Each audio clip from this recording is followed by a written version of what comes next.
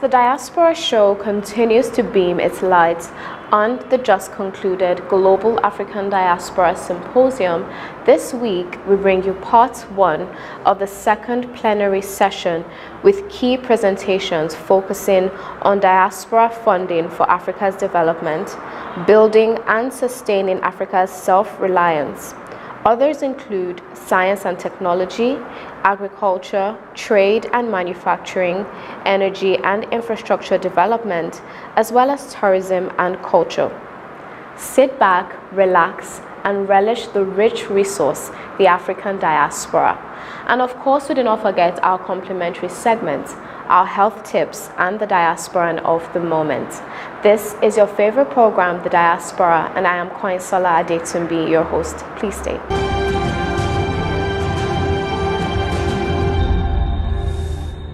Welcome back. Now let's begin with the Special Advisor on Diaspora Affairs to the Ugandan President, Ambassador Abi Walusimbi, represented by the Secretary to NIDCOM, Dr. Sule Yakubu Basi. We've tried to define the diaspora, but at the same time, we should also recognize the 4 things that the diaspora brings to development. The first is that the diaspora brings resources, they bring skills, they bring talents, and also they bring global exposure, especially to national development. And in the course of our discussion today, to Africa's development. The lady from Namibia did engage us on the 3 E's, that for the diaspora phenomena to be successful, you must engage with the diaspora, you must empower them, and also enable them to be agents of change. And in this particular discourse, change is development. Of course, when you are talking about development, you should also have to look at building strategies and synergy, and also making it sustainable so that everybody in the society benefits from this particular aspect of development. This event comes at the heels of several other events, one of which was organized by the African Development Bank Group, the African Union Commission, the International Organization for Migration, and the Africa Continental Free Trade Area Secretariat in December 2022 that were called Development Without Borders, leveraging the African diaspora for inclusive growth and sustainable development in Africa. And we meant every word of it, because as we've heard all this morning and in all the conferences and convenings you've had, African diasporans are pivotal to the development of the continent. So we'd like to see them participating in building Africa without considering the borders, whether Nigerian or Togolese or Ugandan or Rwandan or Kenyan or anywhere else. One Africa, one global Africa that presents a formidable investment opportunity for the Africans in the diaspora, for their resident countries, but also for African countries themselves. That convening I referred to identified 5 key areas where the African diaspora can play a key role or key roles in funding Africa's development. We've heard today several statistics that I'm not going to rehash for you. How Africans in the diaspora, both in Africa and outside Africa, is growing phenomenally over the years. If we play our cards right, Africa can become quite economical, competitive, and prosperous using science and technology. And I see diaspora Africans as being central to this. Look look at the attributes of the diaspora Africans. They usually would have acquired their science and technology education from well-equipped institutions, not the ones where you do practicals theoretically. They would have learned how to apply technology. They tend to be hardworking, having absorbed the work ethics of their environment. They tend to be very focused and committed. They tend to have stronger connections with the international colleagues who can partner with them in projects. These are qualities required to succeed in science and technology. The diaspora Asians, including Indians, Chinese, Koreans, and so on, have made excellent use of their education and professional experience in diaspora to build their nations into major economic powers. And we in Africa, we can do exactly the same. If you look at the output of animal products by region, as Bismarck in Africa, we are producing very little meat, very little eggs, and very little milk to support that population. So we are grossly undersupplying the populations in animal protein. And that is from this chart. Most of the countries in Africa have a lower per capita consumption of animal protein that are much lower than the world average. And this is really a very serious thing. And we are not looking at comparisons between, say, Australia or Europe or America and Africa, but just the world average. We are below the world average in all these indices. Engagement is not speeches. Number two, networks are powerful. Leverage the networks of the diaspora. Number three, facilitation. You have to facilitate. You have to understand where the frictions are. You have to eliminate the frictions. I'll give you an example as I close. The government of Jamaica asked us, Home Strings, to do a global study of Jamaicans living abroad and their intent to invest back home. One of the number one problems that the Jamaicans that we interviewed said was that opening up a bank account from abroad was like drawing blood. And as a result, they also added, we are treated like criminals when we try to open a bank account in Jamaica. On the back of that, much of the remittances, which is about 20% of Jamaica's GDP, was not hitting those accounts. And what did the government do upon receipt of that report, which was funded by the World Bank? They immediately reformed the interface between local banks and Jamaicans living abroad, the majority of whom actually live in the US, which was another interesting finding. Last but not least, you have to provide them with execution tools. From shores afar, we were turned by cruel winds and slave swamp. We toiled on lands unknown, our freedom, our identity unknown. Through sweat and tears, we built new lives in a foreign land. Our culture, our language, often lost as we navigated to the great exhaust. Yet we held our heads up high, resilience in our hearts. We defied the chains that once held us tight. Our spirit, our wind, they cannot smite.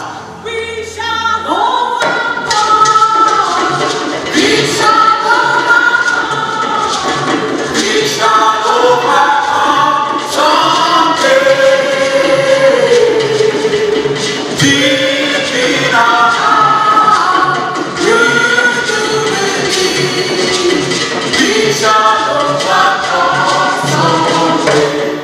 Now, to secure the necessary socio-economic development of such a large population, the focus of the next decade must be infrastructure development and transformation. Now, tapping into the continent's abundant energy resources and developing the needed infrastructure to support the maximization of those resources.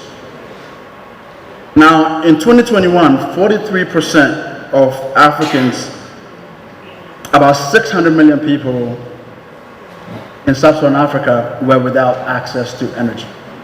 Now, in the world of technology, how do you operate without access to energy? It's a big issue.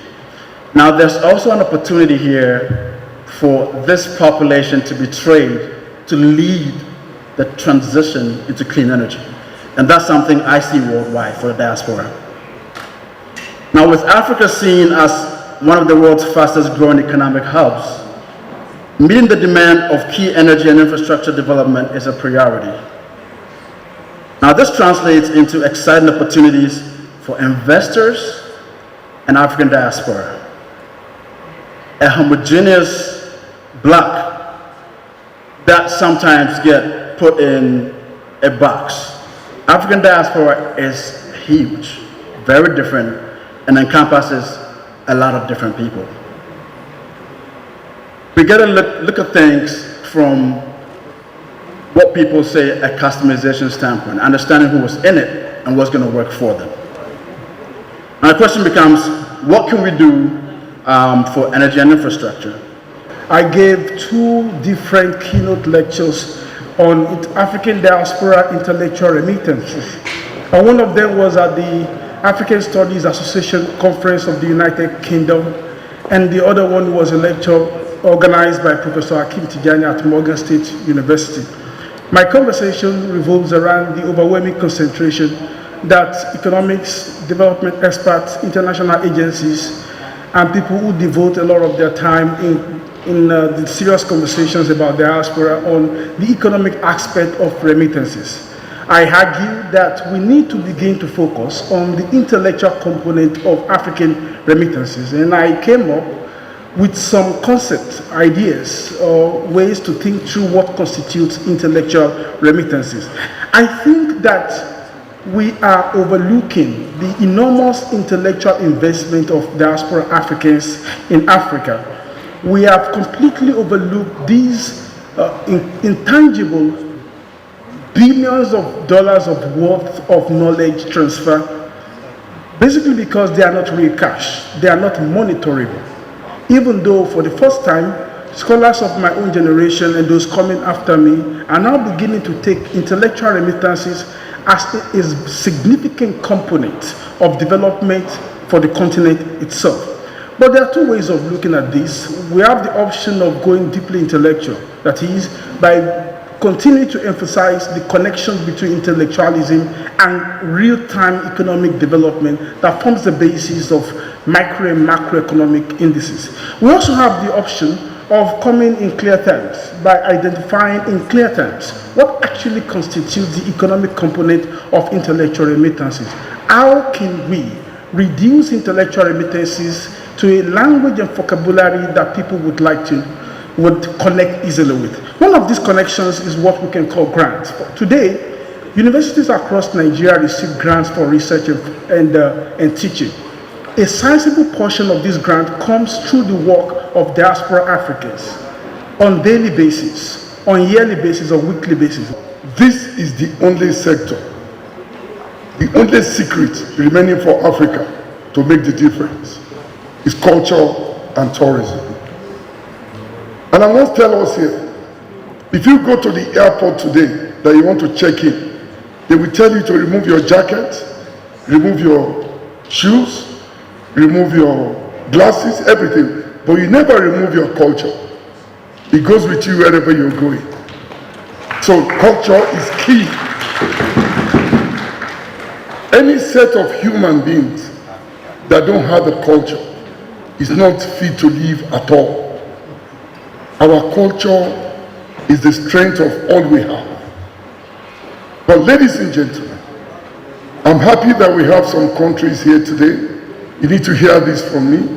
One of the strongest disconnection in Africa is that we separate culture from tourism.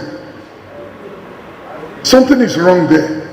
You will go to some countries today, they will tell you this is Directorate of Culture, Directorate of Tourism. It is wrong. We can't make any impact. We must understand that the two comes together.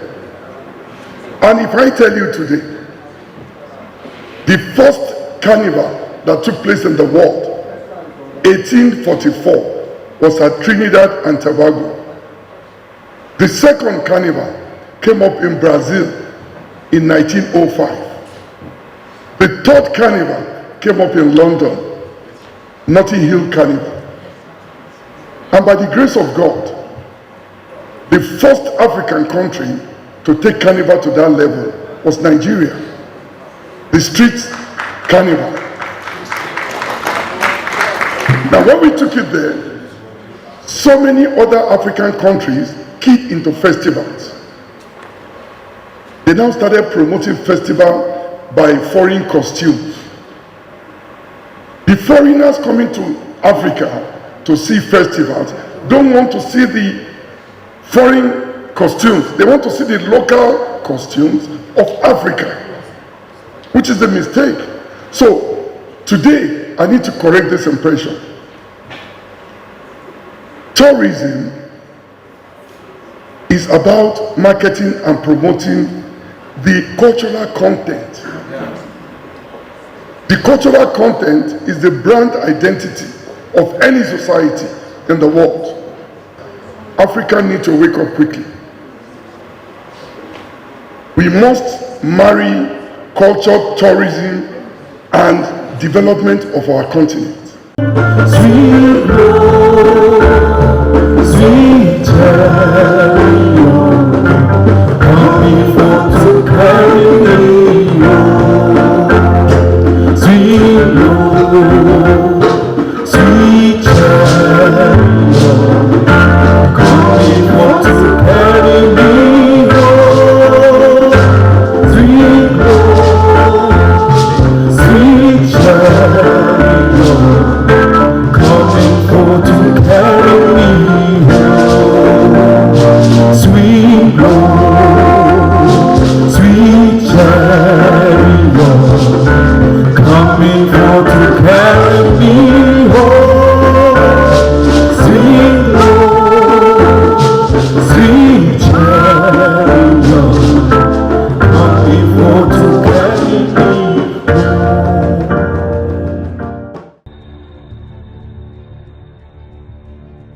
Many thanks for your interventions. Now let's take a short break with Boy Alinko leading. Not so fast. Look, I'm tired. I want to check out of this country for greener pastures. Just calm down for a moment. Please sit down. Do you have a job where you're going to?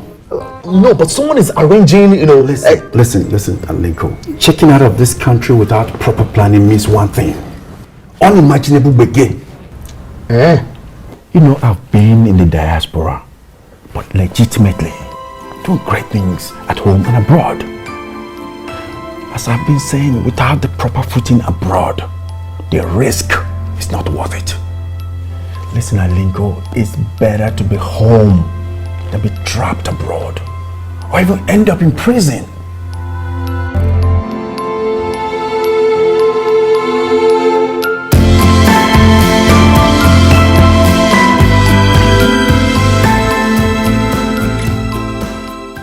If you must travel, travel legitimately. Now to our health tips with our ANPA doctor. So sickle cell disease is an inherited blood cell disorder, specifically red blood cell. So in your body, you have white blood cells that help prevent infection. You have platelets that help prevent injury, to help you to heal. And then you have red blood cells, which supply oxygen throughout your body. In a person without sickle cell disease, their red blood cells are perfectly round and flexible, so they can move through the body without any issues.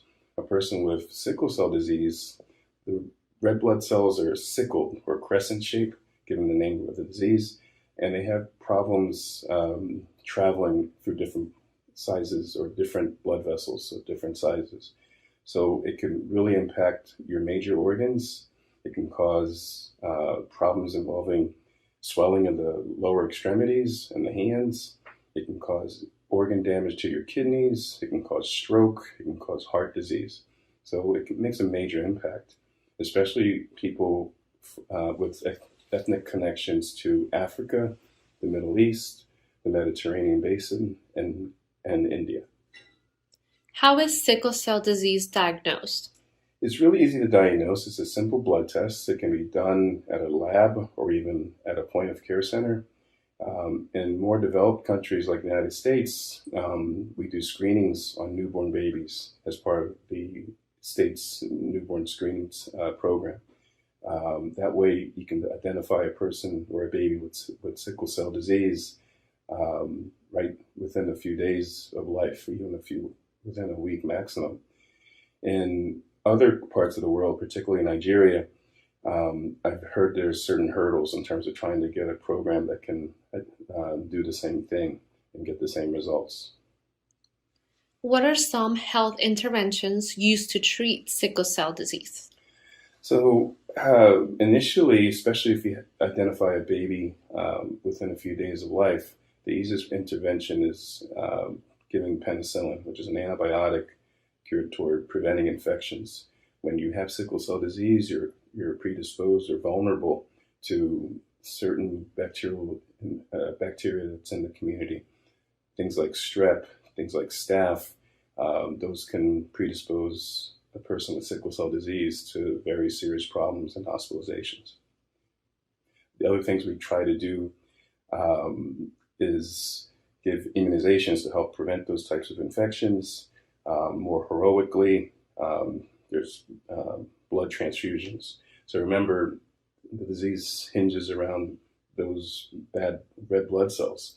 A blood transfusion from a healthy person into a person with sickle cell disease can help alleviate their symptoms. And finally, probably the most heroic is bone marrow transfer or bone marrow transplant. Basically, it kind of just resets the blueprint of how your body produces red blood cells. Up next is our Diaspora of the Moment with Shalewa Ajila presenting. Our Diaspora of the Moment is Abigail Marshall Katung. Abigail is a female politician of Nigerian descent from Kaduna State, northwest Nigeria. She has been declared winner in the 2019 Leeds City Council elections. With the victory recorded in Britain, Mrs. Katung has become the first African and Nigerian to be elected as a member of the Leeds City Council. She won with an overwhelming majority of votes. Thomas Riley, Deputy Returning Officer of the elections, announced that Mrs. Katung polled a total of 1,749 votes to emerge the councillor for Little London and Woodhouse Ward of Leeds City Council. She ran and won the election on the platform of Labour and Cooperative Party to beat Andrews Garvin Michael of Green Party, who scored 391 votes to come second, and 4 other contestants. Abigail will be representing Little London, Woodhouse, and the city centre. Congratulations, Mrs. Katung. We celebrate you as our Diaspora of the Moment. Thank you for staying all through the program. Join us same time next week for another exciting episode. And I remain your host, Koinsola Adetumbi. Bye for now.